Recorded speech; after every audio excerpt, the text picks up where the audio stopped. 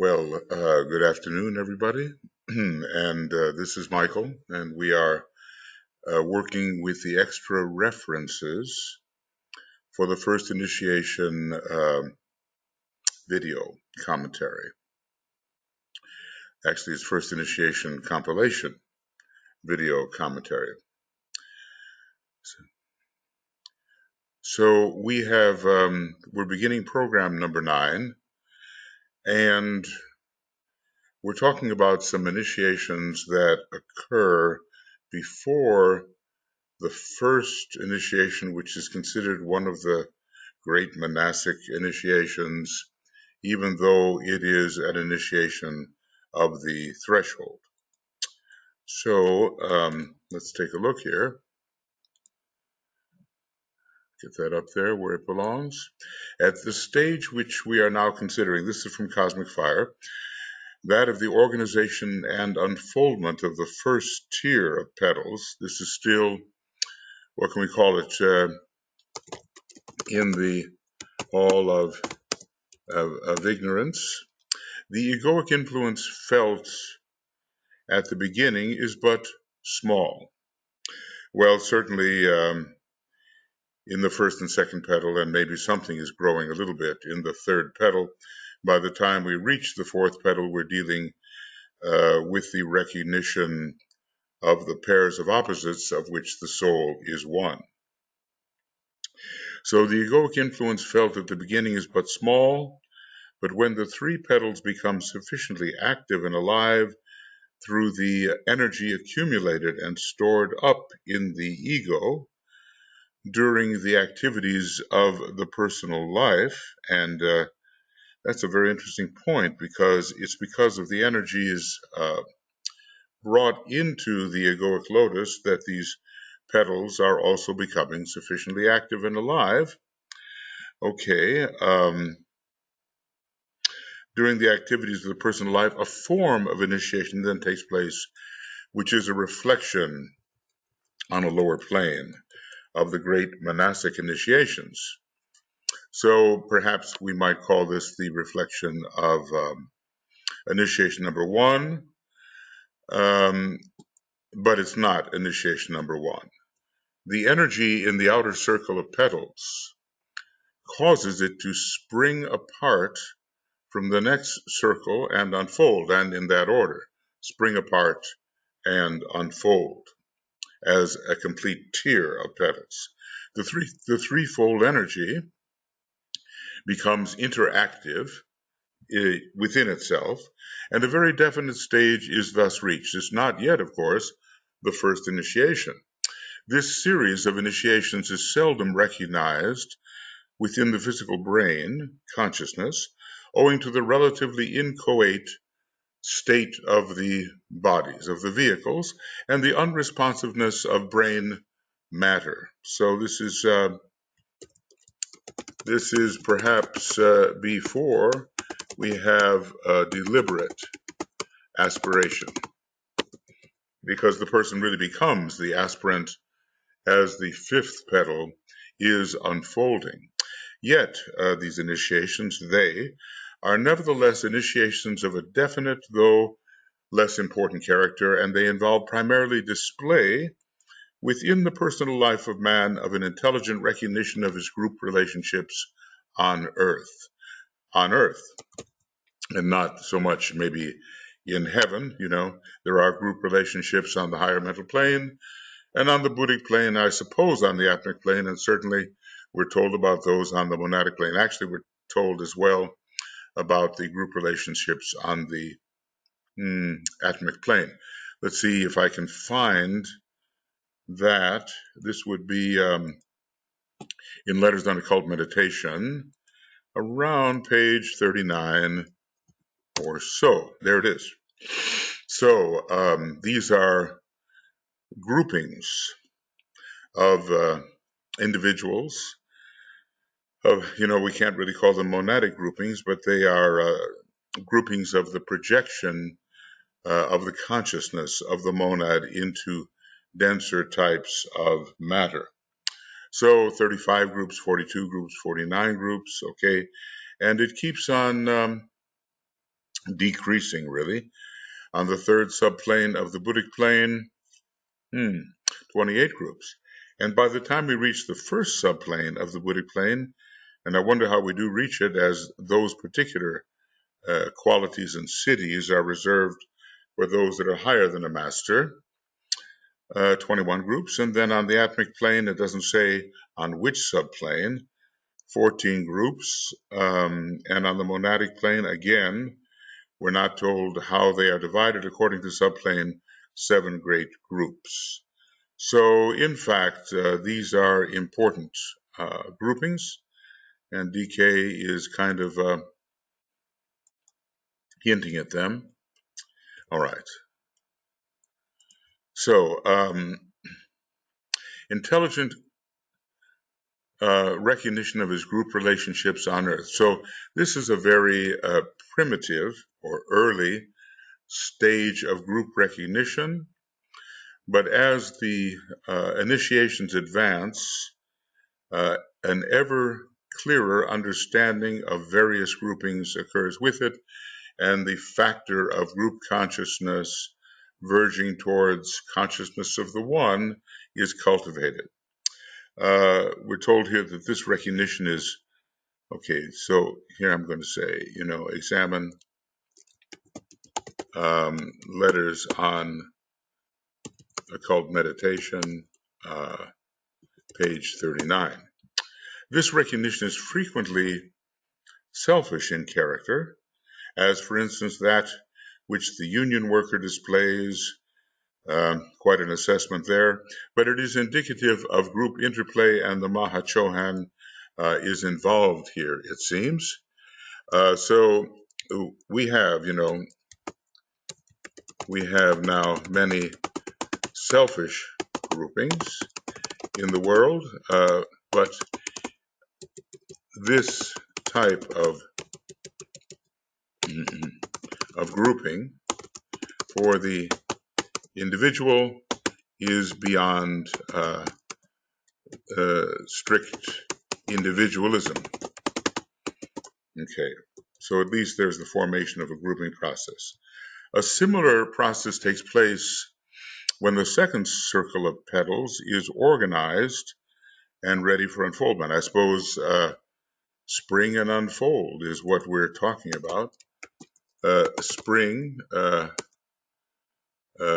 open, spring open, and separate from the other groupings of petals, other threefold tiers. This time, the world teacher, the master, and the ego concerned are cooperating. Look at those entities, the Christ, the master of whatever ray, and the ego being the solar angel, who certainly is of great intelligence and understanding. And the ego concerned are cooperating, for these smaller initiations deal with the love nature, with astral or emotional organization. Now, we realize that in this tier of petals, we get the indication of the monastic initiations. Let's call them the first 5, as when the 5th petal is completely unfolded, there is the first initiation. When the 6th petal is completely unfolded, there is the second initiation, and there are corresponding developments in the higher sacrificial tier. Okay, so these smaller initiations deal with the love nature, with astral or emotional organization, and with the recognition by the man in his personal life of some form of unselfish love. Not yet the unselfish love of the first initiation, and of a love for some object, personal or ideal, which leads through altruistic endeavor and to the negation of the lower self. So the development of love is on its way, but of a lower caliber than that seen in the first initiation, the real first initiation, the birth of the Christ in the heart. Well, this is interesting, and I think if you, I've gone over these matters in this book called On the Egoic Lotus. It's a commentary on the Egoic Lotus, and it has a lot of original material in it, or at least my speculations as to how to bring together the rays and the astrological factors in relation to each petal of the egoic lotus and to each circle of petals and to all of the 9, and maybe a little bit of commentary on the inner petals, which are synthetic, but maybe not too much is yet to be said about those. They have some astrological correlates and they have some ray correlates, and they are correlated in their partial unfoldment with various initiations, the first, second, and third, and they do not act as a coordinated tier, springing open and revealing the jewel until the period just before the fourth initiation. Right. So I suppose that the really important thing here is to realize that what we call the first initiation, with Christ as the initiator, is not really the first initiation. There are sort of minor threshold initiations to initiation 1 and 2, which are also threshold initiations to something still higher, the true series, beginning with the third initiation, the first solar initiation. Now, changing the subject actually quite a bit, we're talking about DK's group of disciples, and there's this disciple, LTSK, and he was a third ray soul, a business person, maybe kind of a financier, and he was very influential in helping with the publication of the books, a great enthusiast regarding the books. Now, so this is from Dinah 2, and let's see what it says here. This is, as I have repeatedly told you, an experiment in group initiation. Always the masters are using such a term as experiment, because they never know how things are going to work out, and the experimental attitude is a good one for us to have as well. This means that though each of you takes various steps in line with your particular point of development, there is also being developed by the hierarchy a new technique which, when perfected and understood, will initiate entire group units into the light and into the labor of the plan. And it is indeed a labor. We're told at some point that during the next 500 years from the time that was written, that the masters hope to present various such groups to the initiator. Maybe which initiator will that be? Will it be the Lord of the world? Will it be the Christ? It depends on the grade, the quality of the group being trained. Such a group must itself be composed of people who have taken initiation, and this is even the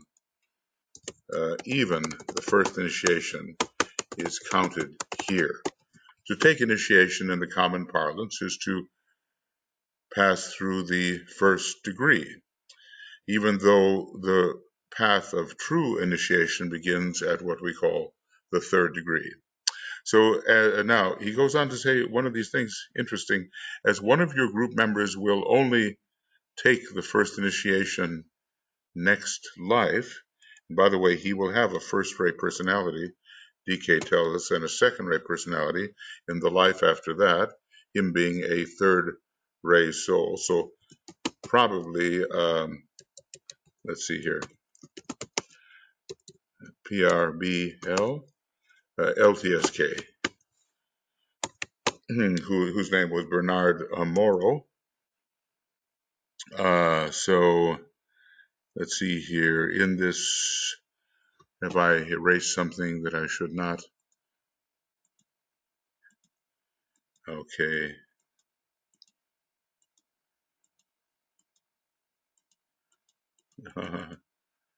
Okay. Right.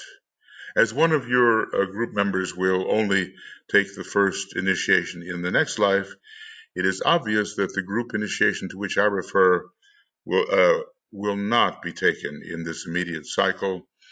The rest of the group will have to wait for him, and what a lesson this is.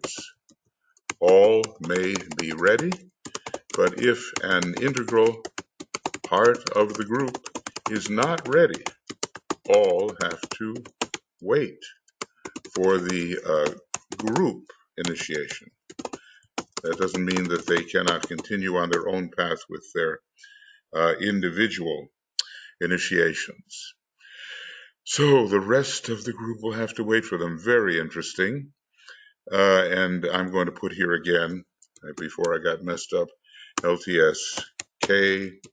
Morrow was his name, and his rays were, interestingly, 3, 6, 5, 1, 3. All right. Those were the rays. And next life, we don't know the other rays, but it's going to be 3, 1, and the life after that, 3, 2. So obviously, he's moving more towards the ability to express the second ray, and there he is thrown in with all of these second ray types. You kind of wonder whether ultimately the monadic ray might not be the second, but that's just a wondering. Something has to attract him to Master DK's teaching, and at one point we're told that those who stay with a particular master either have the same soul ray as he has or the same monadic ray as the ray he is demonstrating. Now, maybe he's demonstrating his soul ray predominantly when working with the group, or maybe he's demonstrating his monadic ray in combination with his soul ray. So it may not be as straightforward as we think. But in any case, there is a kind of bond between these progressing soul groups, which means they must move together, and that perhaps one of their members could hold them all back.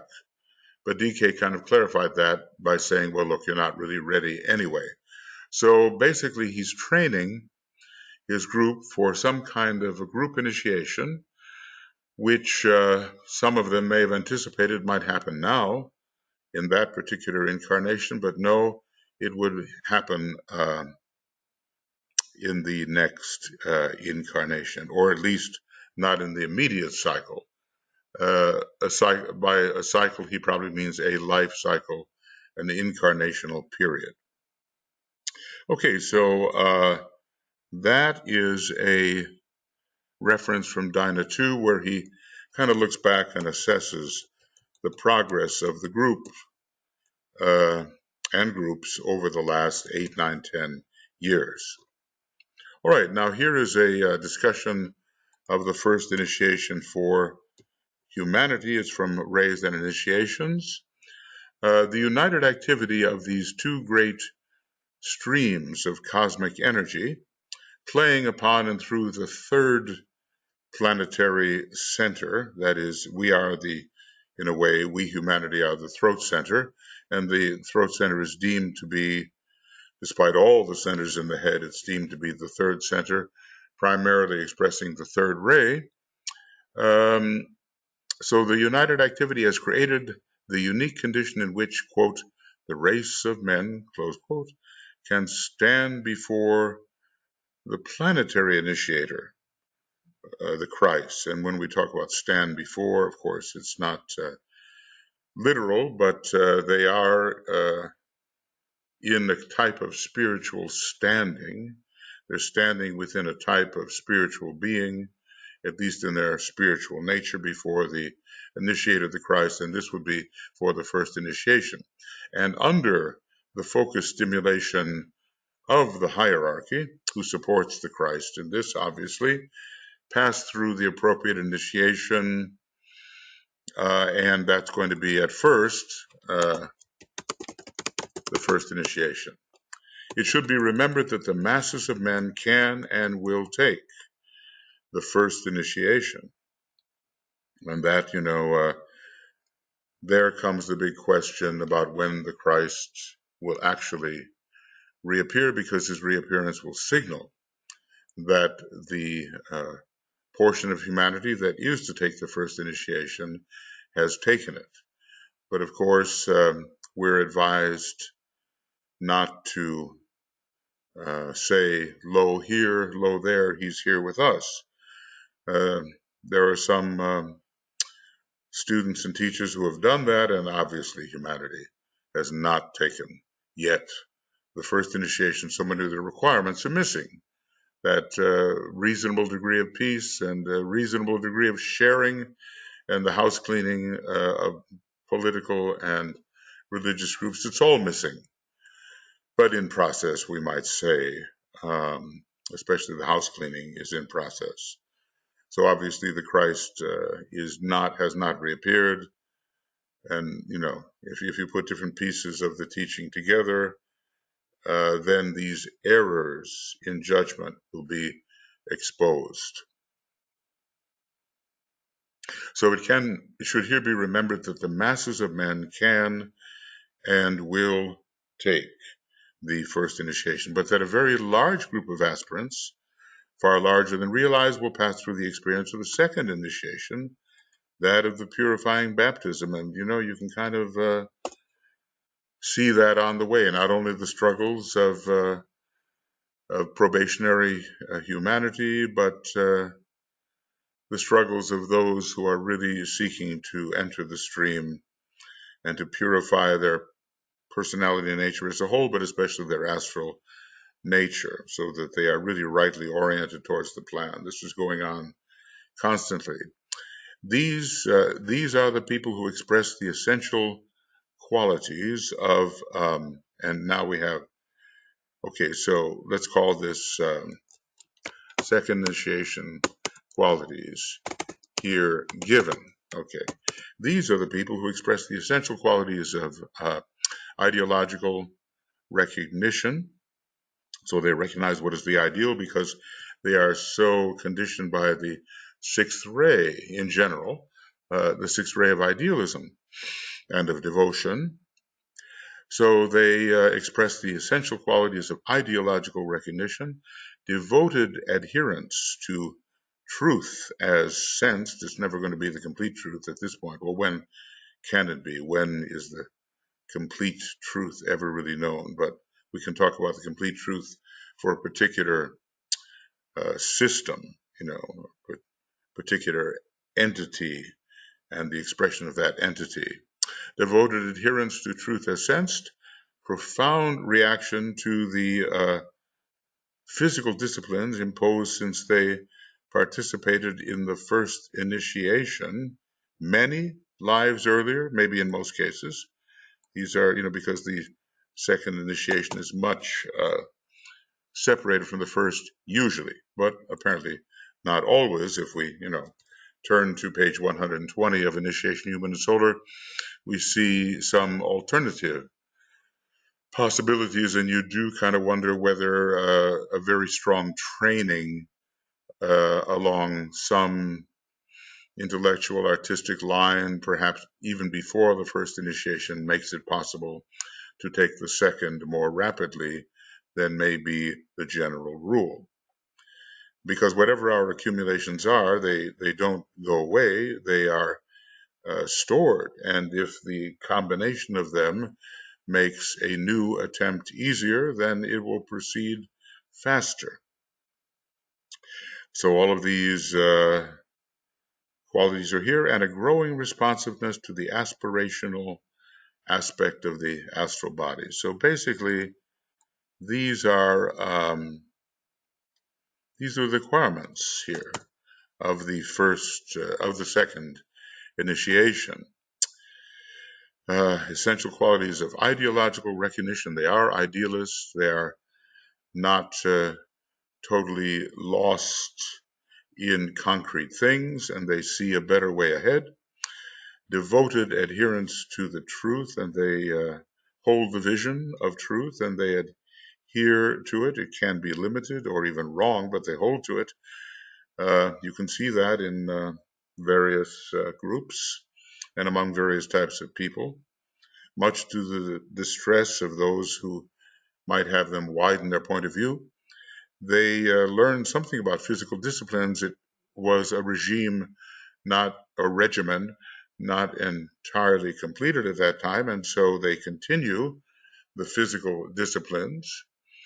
And there's a hint here about the first initiation having been taken many lives earlier, but I explained that there's some variability there and a growing responsiveness to the aspirational aspect of the astral body. Aspiration is key to this initiation, but since it is a scientific mode of elevation, it does not just disappear when the second initiation is taken.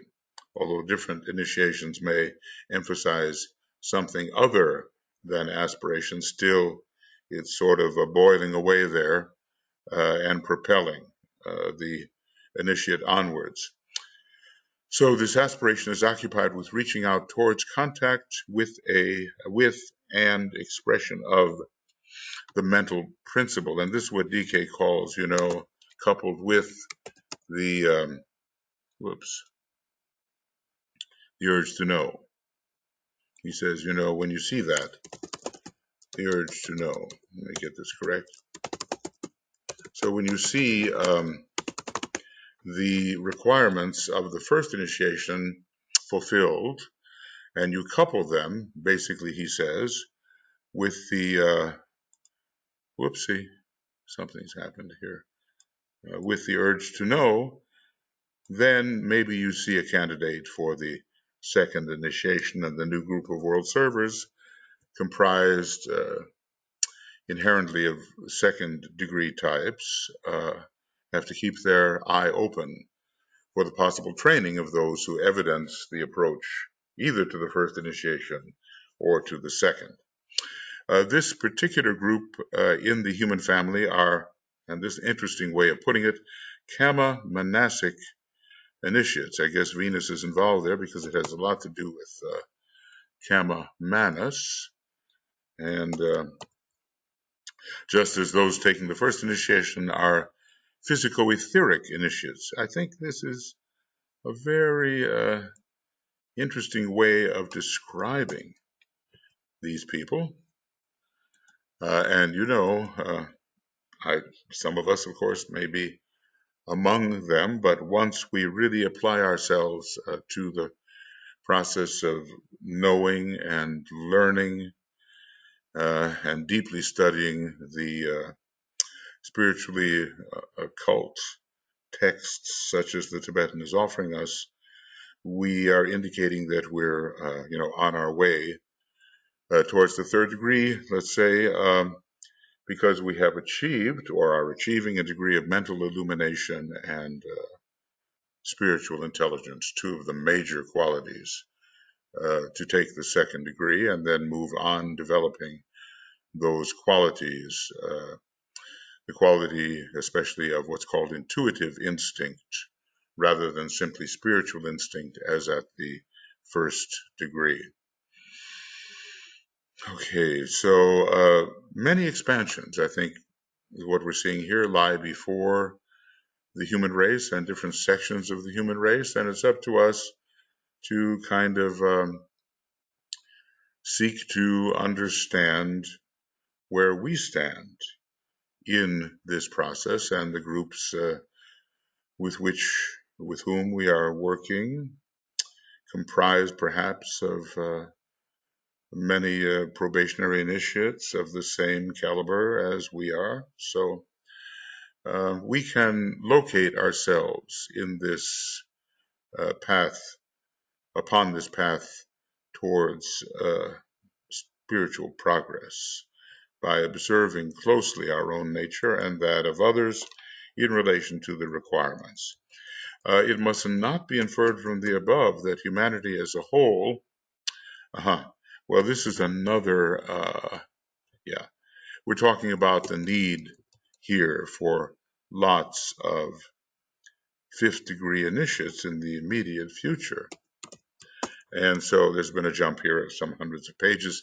It must not be inferred from the above that humanity as a whole will be taking the fifth initiation, for such is not the case, nor is it likely to be the case for a long, long time. Even, we have another round to run before even some of those who have come from the moon chain will really solidly be on the path. So things seem to progress slowly, but at the present time, there is an acceleration in this vast range of possibility, the millions of years that it has taken. There is an acceleration on the path at this time due to the influence of certain great astronomical factors and the change of ages and the change of the Platonic years, moving from the 25,000 approximately Platonic year of Pisces into the approximately 25,000 year Platonic year of Aquarius, and the sub influence of the equinoctial age of Aquarius lasting some 2,000, 2,500 years. All of these things are very influential, plus the initiatory status and condition of our planetary logos, who is passing through some major stimulations. Okay, so many advanced souls, and this is interesting, of course, because the need is there, perhaps amounting to many thousands. Let's see here. Got a little, such is not the case, yeah. Perhaps amounting to many thousands. Maybe I can make that work, right? May take this initiation, the fifth. Well, remember that the fourth and fifth initiations can be taken in the same life, and the second, third, and fourth in the same life. We remember initiation, human and solar, page 84 and 85. So, it stands to reason. DK is very truthful and he's non-exaggerative, So many may take the fifth initiation, but it will be a huge pressure. But the masses of men everywhere, constituting the sum total of the world disciple, will eventually take either the first or second initiation. And much of this during the age of Aquarius. Although in Capricorn, the initiatory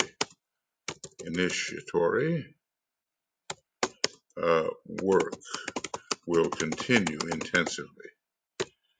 And many more, I suppose, will take the third degree, and Capricorn ruling all 5 initiations. Perhaps the opportunity really continues there to go on to the higher initiations. The effect, however, of hierarchical happenings in conjunction with Shambhala will lead eventually to the great stimulation of the fifth principle of Manus, the intelligence principle of man, and let's just say very stimulated during the fifth ray age of Aquarius.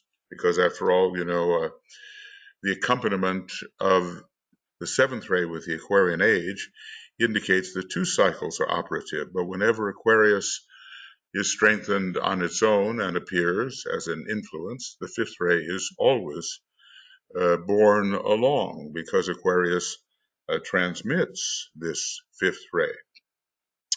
A revelation which is not perceived, which remains unrelated and unexpressed, is of no true service to mankind except from a purely subjective standpoint. It may strengthen us subjectively, let us say. Nevertheless, through the proposed stimulation, through the efforts of those who have taken or will take the fifth initiation, the revelation as it's called, and through the new direction of first ray energy from Shambhala in ways we cannot conceive, although the Shambhala impacts have been occurring, the mental plane will receive such an inflow of energy that the thinking principle, the reasoning factor within humanity, will reach new heights. So somewhere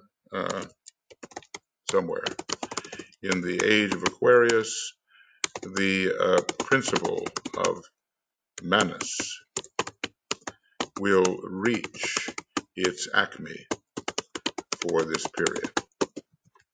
And as I say, Aquarius carries the fifth ray, and it's going to be a very scientific age. And of course, the fifth initiation, the revelation, if many more take it, they are in position to make revelation to humanity of some very high possibilities.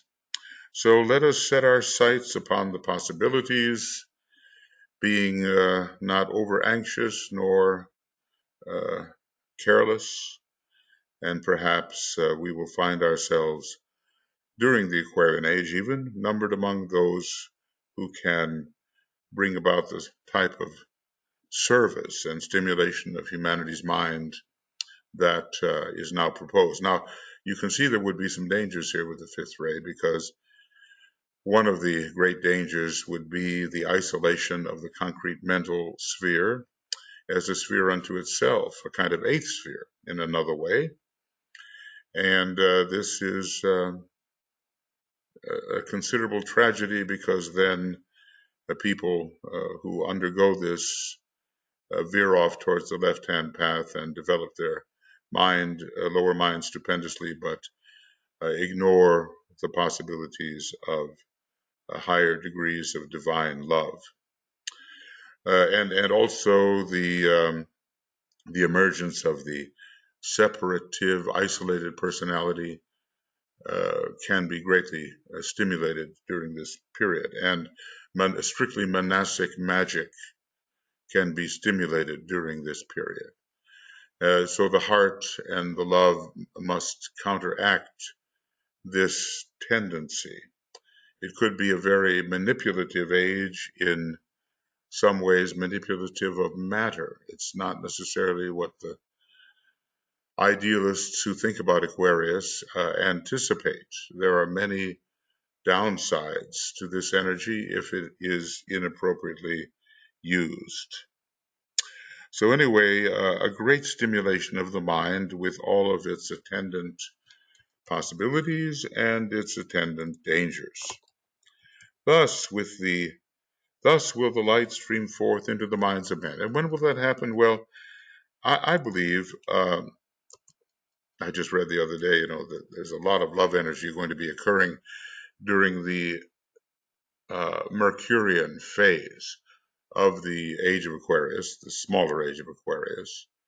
However, Mercury has loads of the fifth ray and third ray. Probably, I believe, it's a fifth ray monad and ultimately a third ray monad. So extremely mental in that respect, and very much related to the previous solar system, which was very mental. So maybe that acme of the development of the principle of Manas will occur during the Mercurian phase of the age of Aquarius, and the kind of mental stimulation that we're talking about, maybe it will occur in that age after we have struggled through the Saturnian period. Now, Saturn is also related to the development of the lower concrete mind. You take a planet like Saturn and you can find its influences in many places on the cosmic physical plane.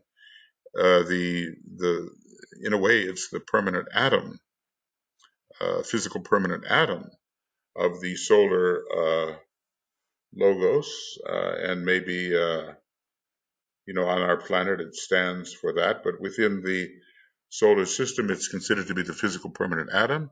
So it's ruling the entire cosmic physical plane. It's active on the atmic plane. It's active on the plane of mind, especially the lower mind. It's active physically in the density of the cosmic physical plane, namely the lower three subplanes of the etheric physical systemic plane, or solar plane, as it's sometimes called. So Saturn is active in many places, and the principle here is that if you look at any planet, you can find many areas of application. Let's just confine ourselves to the cosmic physical plane, because what else do we know? We don't even know that. So, but we think we know a little bit because we've been taught something, and we can find ways that, according to the form through which it is manifesting, the planets will have different effects. Yeah, and in different subplanes and subplanes and so forth of the cosmic physical plane. So you could take like any planet, Jupiter is exalted in Cancer. It's going to have a lot to do with the lunar realm and with the ancient ancestral fires. But at the same time, it's a Buddhic planet. It's operative on the Buddhic plane, strongly giving the sense of wholeness. Maybe you might say that it expands the higher mind as well, and it certainly is a co-ruler of the monadic plane.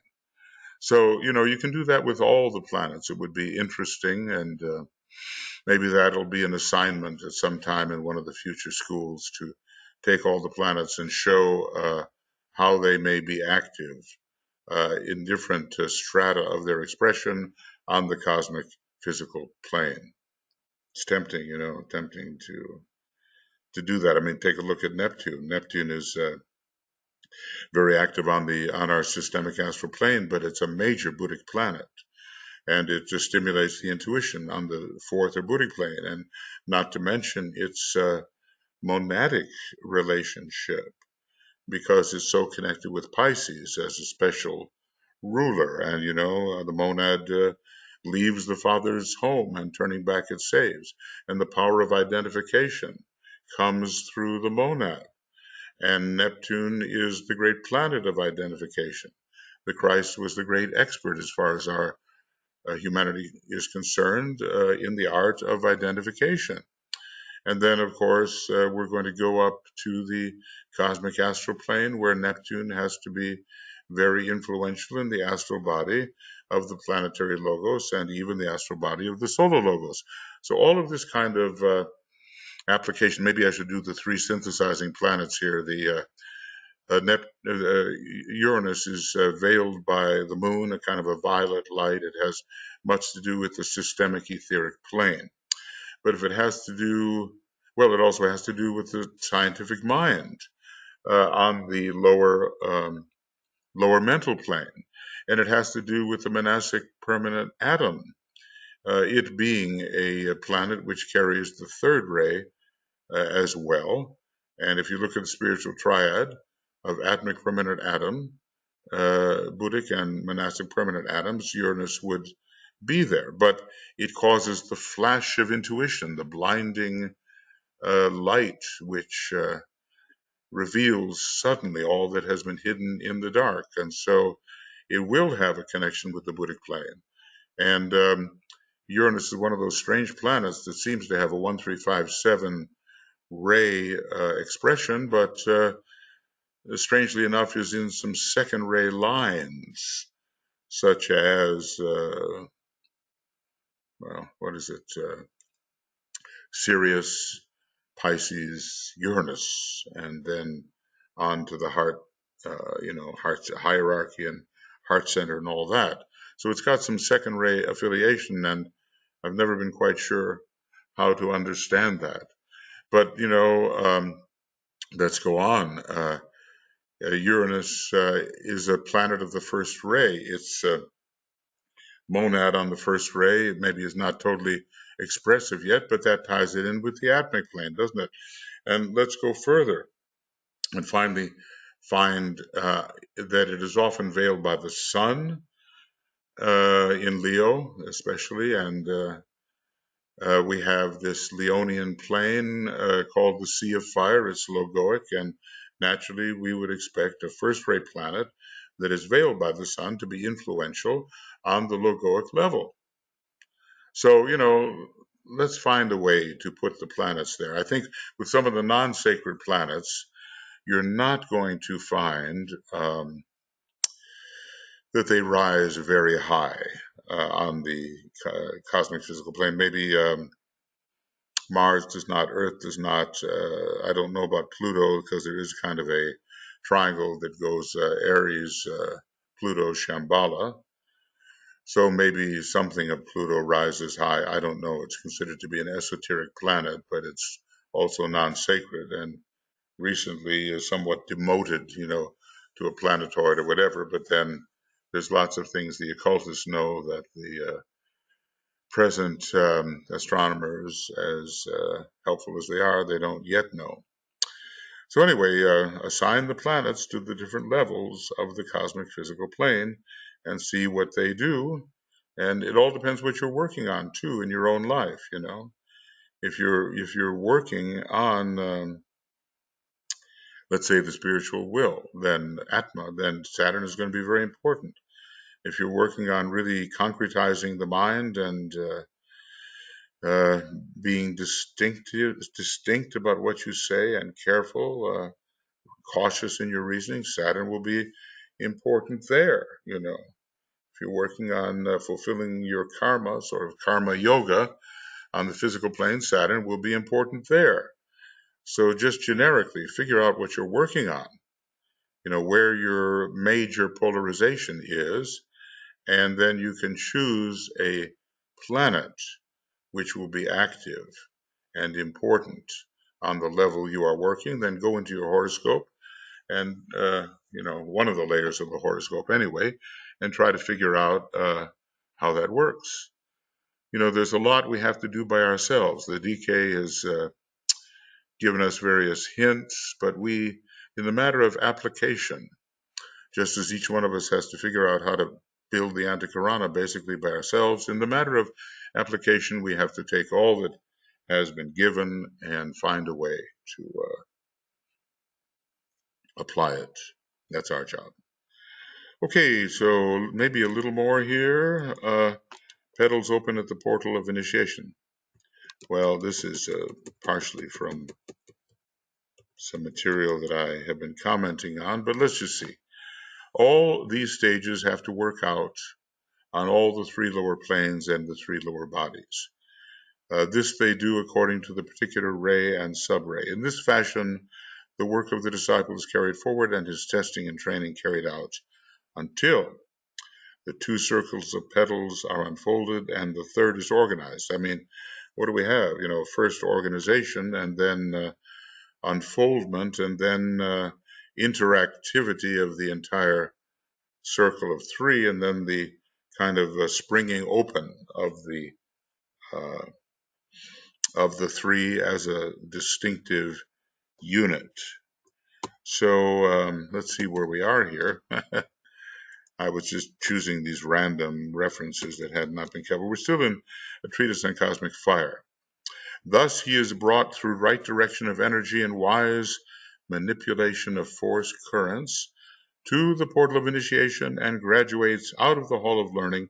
The hall of learning consists of petals 4, 5, and 6, and have to do with the development of the personality along socio-cultural lines, normal type of education, normal type of civilization, into the great hall of wisdom, characterized, at least in the beginning, by petals number 7, 8, and 9. As we continue with synthesis, we're going to be growing in the hall of wisdom. That hall wherein he gradually becomes aware of forces and powers latent in his own ego, individually, and his egoic group. So I've developed all this at some point in different references, and I'm not going to discuss that because the issue of the first initiation is what we're dealing with. And I've said many things and written many things about these matters. So this is not what to take up at the moment, although I am really interested as to where exactly this comes from. I assume a treatise on cosmic fire, and right, so let's just do that and see if I can maybe find it. Okay, there's only one, and I suppose it's right, page 867 in a treatise on cosmic fire. Okay, and let's see where we are in this. Right, well, I think, all these things I've gone over in writing, and probably have done a better job with it in the written commentary that can be found regarding a treatise on cosmic fire on Makara at the moment. So there is where I suggest you go rather than have me kind of improvise about it right at this point, because these references are kind of somewhat disjointed as it is, so I don't need to go off on a big tangent. Suffice it to say that when we really have the complete unfoldment of the second tier of petals, which is the hall of learning, we have the second initiation. And interesting that learning, the hall of learning rather than the hall of wisdom, is involved particularly with the probationary initiations or initiations of the threshold. Of course, there is a corresponding development, not complete yet, in the seventh and eighth petal.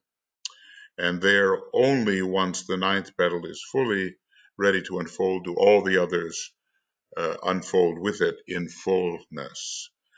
So, as I say, you may begin work on a petal, but you're going to be working on other petals before the first one is completely finished. And, it'd be interesting in our life to look at the kinds of things we do and, as it were, point to the petal involved in the doing of those things. Like if we fall into some kind of egotistical state where we are reverting back to a certain portion, that's all I can say at the moment, of the fifth petal. And when we're learning how to sacrifice something, at least individually, well, we're operative in the sixth petal. And when we're learning about even greater sacrifices, then maybe the ninth petal is being involved here in the circle called the sacrifice circle. So it's sacrifice is the ninth petal. Before that, we had a love sacrifice, and then we had a knowledge sacrifice. They are lesser degrees. I guess what I'm pointing out is that on the path to our spiritual development, different aspects of our internal energy system are being drawn upon and are being activated, and it would be nice to know which they are in correlation with what we are doing. Then we will tread the conscious path. We're going to be a lot more aware of what we're doing instead of just blundering on, as all of us have done at various times, and kind of colliding with that which we shouldn't collide with, and then having to make up for it and balance the karma and so forth. So let us tread as much as possible the conscious way. And that's what Master DK is helping us do, to tread the path in a conscious manner, alert, observant, knowing the energies involved, rather than just mystically longing for something to happen. And it might, but we can't reproduce how it happened. And if we take the mental scientific way, then we can always, just about always, reproduce what is the desirable outcome. So in the age of Aquarius, which will be a scientific age more and more, we'll be able to tread the conscious way and the intellectually alive method. We cannot, and it will be as well a combination of manas and buddhi, because the intuition will be stimulated. So many scientists have their intuition stimulated if they are of the high kind. A lot of the people who are unveiling the mysteries of matter, they've been in the fifth ray ashram, and now, well, they're still in the fifth ray ashram, even though it's been a little bit put under the control of the third ray and not left to be autonomous. They have definitely used the intuition to come up with some of the things that they now bring to us. Okay, let's see if there's a little more to go here, or whether we should just think about yeah, well, I'll just do this one, and it's something that I said before, and that's really important. And it's from Cosmic Fire again, 696. On the Buddhic plane, when flashing forth at initiation, this number signifies the full development of the fifth principle or quality. That is, in a way, the soul principle, it is the mind principle, the completed cycle of the ego upon the 5 rays of the Mahachohan, the Brahma cycle, we might say. Personality is completed, the Vishnu cycle is beginning, Christ is entering as the initiator at the beginning of the Vishnu cycle, and the assimilation of all that is to be learned upon them, and the attainment not only of full self-consciousness, but also of the consciousness of the group wherein a man is found. We looked before on page 39 about these different egoic groups and even Buddhic and Atmic groups, not yet though, here. It infers, now this is an important point really, it infers the full unfoldment of 5 of the egoic petals, leaving 4 to open before the final initiation. What is that? Is it the 3rd or is it the 4th? I have a feeling here that, let's just say 9 petals open before or at the 3rd initiation. But their opening maybe certain types of interaction and interplay and all that continues as we move on towards the 4th degree. So anyway, 5 petals open at the 1st initiation.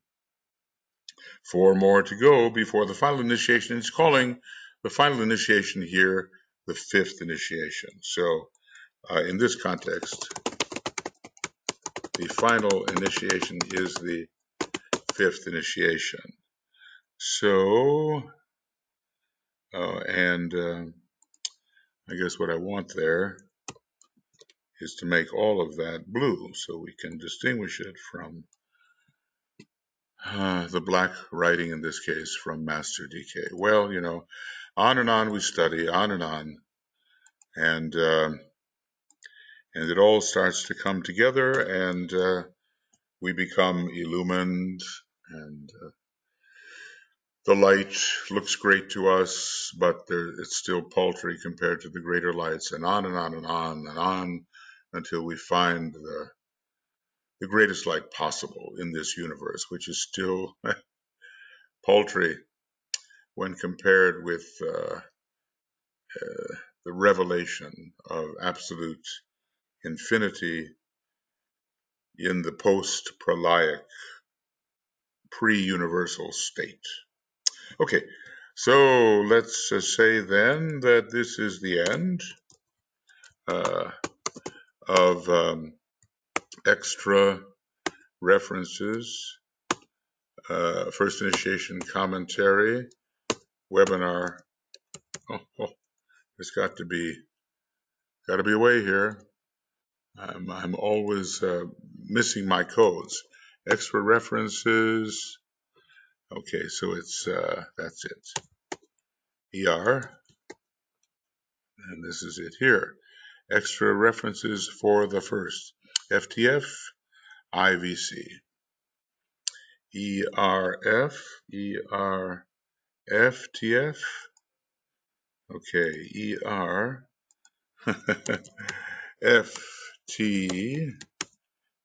ERFTFIVC. All right, got it.